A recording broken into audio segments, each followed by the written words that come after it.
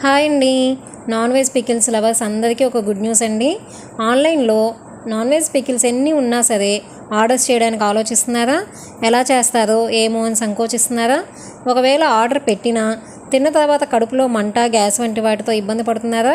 ఇంకా మీకు అటువంటి ఇబ్బందులు ఏమీ లేకుండా లలితా పికిల్ ప్యారడైజ్ వచ్చేసింది. పాతకాలంలో మీ అమ్మలు, అమ్మమ్మలు మీకోసం, మీ పిల్లల కోసం ఎంత హైజీనిక్గా, ఎంత శ్రద్ధతో మీకు పచ్చళ్ళు పంపేవారో మేము కూడా మీకు అలా చేసి పంపిస్తాం.